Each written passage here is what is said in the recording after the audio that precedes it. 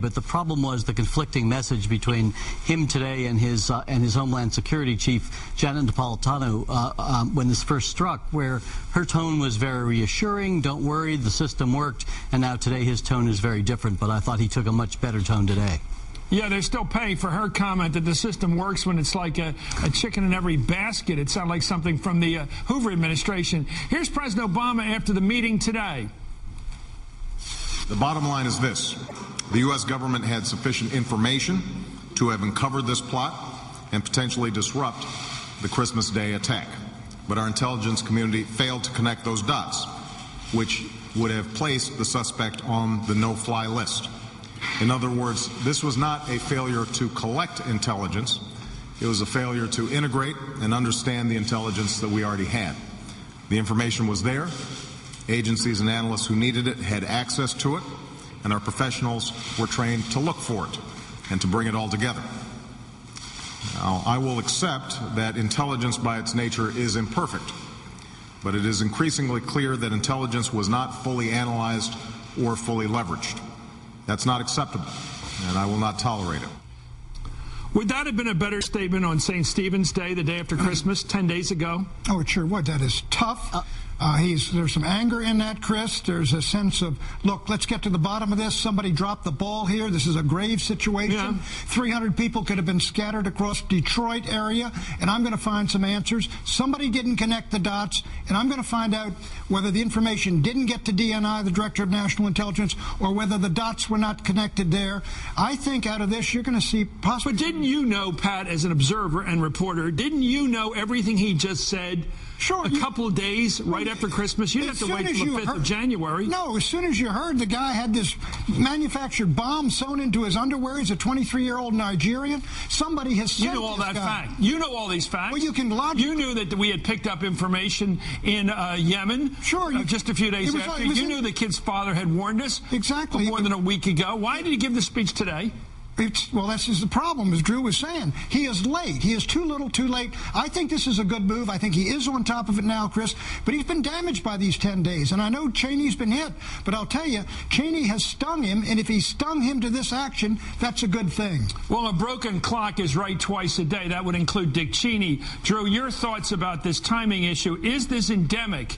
Is this, to use the term all over the place right now, systemic? This slowness and rather coolness with regard to Fort Hood. The president arrived several days later and was part of that service down there, appropriately so. Many people thought he was a bit too detached. He didn't really feel emotionally connected to the event that was about our service people getting killed in the line of duty. He didn't seem to act emotional, as most presidents would in those circumstances. Is it timing? Is it emotion? Detachment? Size it up. I think you're right on the money on no, really I'm asking you. You'll notice there's an interrogate. I'm asking you because I know what you think, and I'm asking you to define it.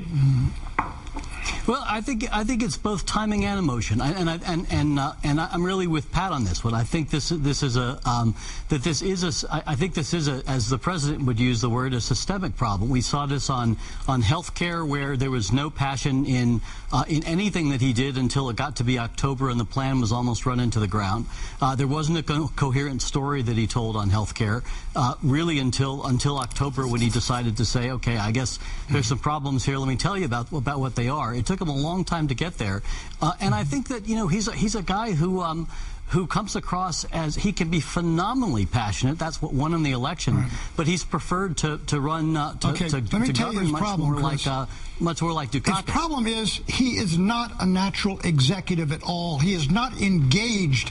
He is diffident. He is, quite frankly, he is academic. He is professorial. He is aloof. And even on health care, the Tea Party's people almost dynamited that thing during the summer. Then he did come back and give his speech. But then he says, okay, Harry Reid's got it. He just doesn't seem to be terribly Okay, let's talk about that executive role. And I want you to jump in here, Joe, because I think we're on to something very narrow and very particular and pointed here. something like the White House security and those grifters broke in. Sure. Small matter, you could argue, because nothing really went wrong. But they did break in. They had no right to be there. It took him the longest time. Now, Sally Quinn, who writes about things in Washington, said that today in the Washington Post on the op-ed page, he should have fired somebody. It should have been Mark Sullivan, head of Secret Service. Somebody, Desiree Rogers, in charge of social life. That was a case. Then the other thing with this thing with the airplane almost being blown up. Nobody seems to be, you don't get a sense, he's the boss.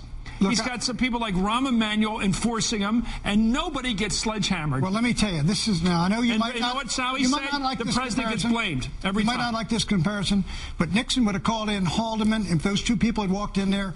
What went on, Bob? What happened? You get to the bottom of this, heads roll. And Haldeman, they've been right on top of this. I know they ran into a lot of trouble, but I'll tell you, that was the best run White House I have ever been in. First term of Nixon. I mean, when Nixon demanded this kind of action, he would not have been satisfied. Watergate was first term, though. Well, Watergate was first term. There's no doubt about it. Okay, you can laugh about it. I'm not. What I'm saying is, Bob Haldeman was an executive. He was decisive. And I don't know that.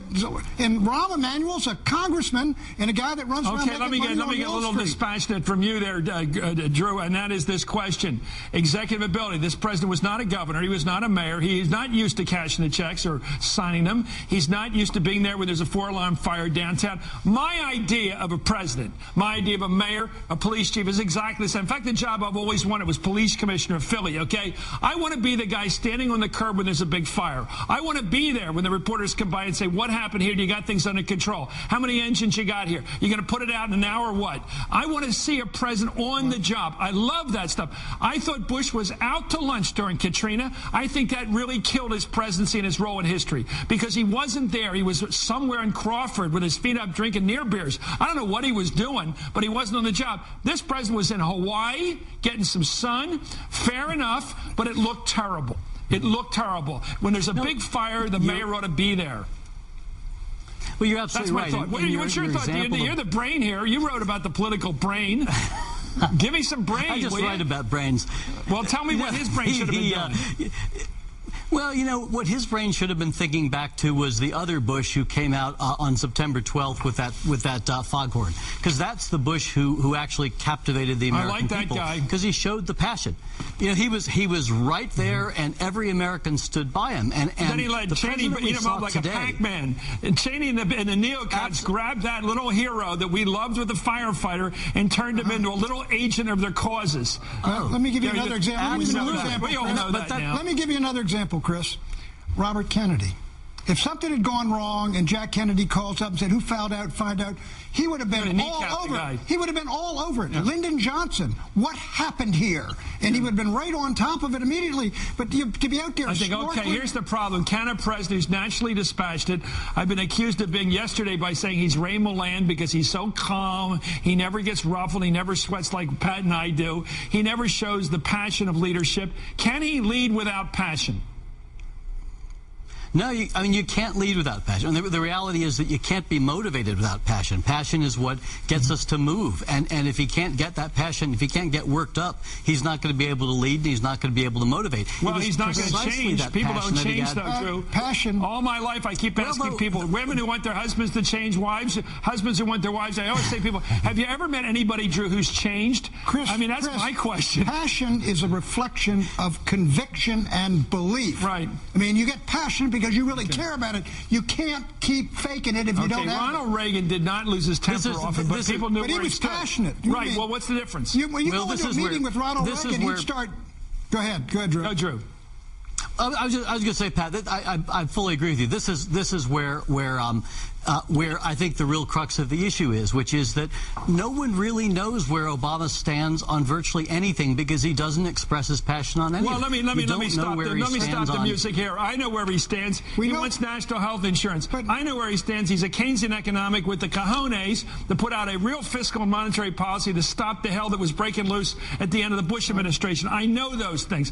I know I disagree with him about Afghanistan. He's somewhere in the middle of Afghanistan. He's with me on Iraq. Chris, let me ask was a mistake. So I do know where he stands. But, you know, I agree. I know where he stands. And Pat knows all those things. I know where he stands, but again, about his belief. Do you think this is really a war president? We're going to go in and take him out the way Petraeus is? The trouble is finding McChrystal and Petraeus believe in the war. I'm not sure he believes in the war. Against Al-Qaeda, he's been clear about okay, he's also, we know his position on health care. Does he care it deeply enough? Let me tell you the problem.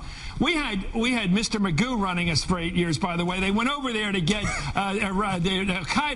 They ended up fighting with Iraq. I mean, they were so off base. So passion ain't enough. Vision, smarts, brains. We should have gone after the guy. I'm with Michael Smerconish on that from Philly. We went after to get the Al-Qaeda. We still haven't gotten him. We went after to get bin Laden, and we went after to get Mullah Omar and the whole rest, and we still haven't gotten. So we said, well, we can't get them, so let's go to war with Saddam Hussein. But look, that's George W. Bush. That was passion. But George W. Bush had passion. Idiocy. That's why he rolled the Democratic Senate with Daschle and Hillary and Biden and all of them voting for war. Okay, a great pollster once said to me, to end up here, Joe, every great leader needs three things. Motive. Reagan had it, Thatcher had it, I think this president has it. You know where he's going. Big picture, you know where he's going. He needs passion, and he needs, or she needs, spontaneity, to react quickly to events. The lights are on in somebody's home. I think the Obama problem is not passion, it's not motive. I know both are there. It's spontaneity, the ability to move quick and say, you're right, I don't like it, let's go. You say executive ability, that's what I think is missing. Scotty Reston said every journalist needs three things: drive, drive, and that's what's missing. Okay, we all have our list. Pat Buchanan, Drew Weston, the political brain.